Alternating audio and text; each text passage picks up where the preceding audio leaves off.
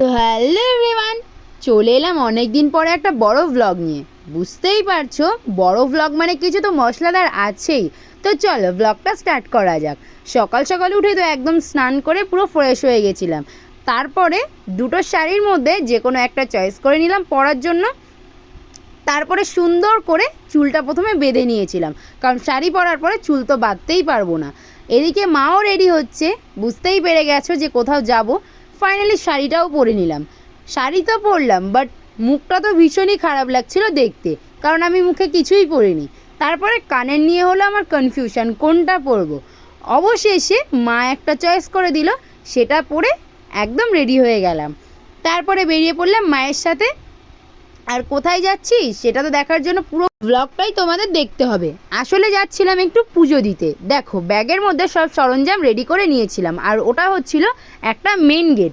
আমাদের এখানে হচ্ছিল অ্যাকচুয়ালি মেলা, আর মেলার মেন কারণটা হচ্ছে বুদ্ধ পূর্ণিমা উপলক্ষে আমাদের এখানে বাবা ধর্মরাজের স্নান যাত্রা থাকে, আর সেটা উপলক্ষেই বড় করে মেলা বসে দুটো মাঠ জুড়ে।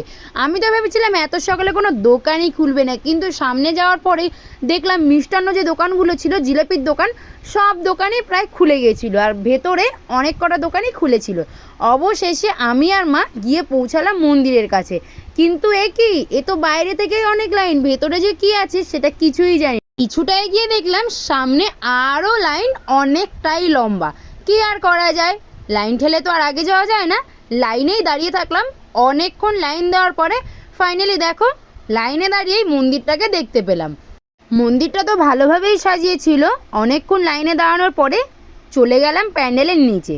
যেহেতু লাইন অনেকটা এগিয়ে এসছে, ব্যাগ থেকে সব কিছু বার করে আমি আর মা দুজনে হাতে হাতে নিয়ে নিলাম। তারপরে চলে এলাম গেটের একদম মুখে, যেখানে এবার ঢুকতেই হবে মন্দিরের মধ্যে। কিছুক্ষণ পরে মন্দিরে ঢুকেও গেলাম। দেখো ভেতরে হচ্ছিল ওখানে অঞ্জলি, আর ওখানে সিংহাসনে কিন্তু কিছুই রাখা ছিল না। আসল জিনিস তো সেখানে ছিল, যেখানে আমরা সবাই জল ঢেলেছিলাম। এই হচ্ছে সেই কচ্ছপ পাথরের, যেটা সবাই বাবা পঞ্চানন নামে জানে। আর এটাকেই আমরা সবাই ভক্তি ভরে পুজো দিই।